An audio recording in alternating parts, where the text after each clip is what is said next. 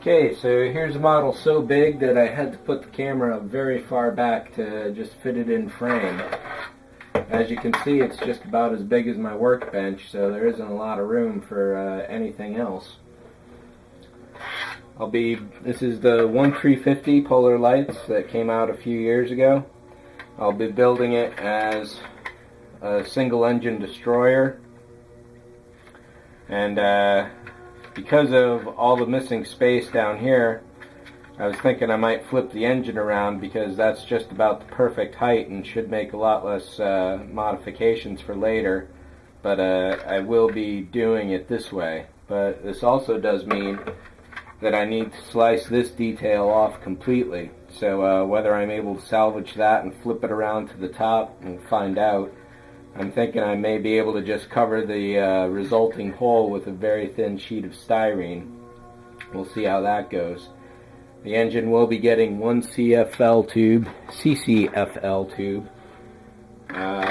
Ideally, I'd like to put 4 or 5 in there, but the way the inverters work, there's really no way. So it will be a single tube either going across the top up here or down in there somewhere. If you put it exactly behind, then it's just too bright and obvious, but it's a single tube rather than the 4 or 5 that it should be.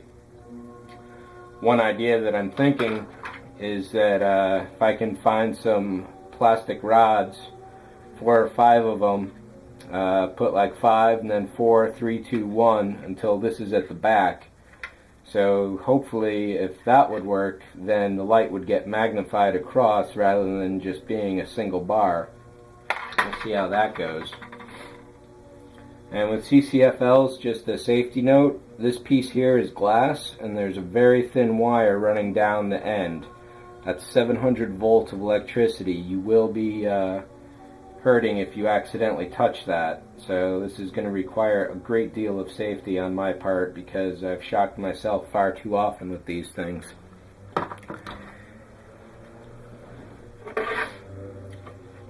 Turning to the inside, because this is a destroyer, all the windows are going to be different, and there should be some nacelle vents on the sides here, so I'm thinking I may slice a section out and then back it with some styrene, like some evergreen half-round kind of stuff, to give it a textured sort of look that's typical of the nacelles, or the pylon vents.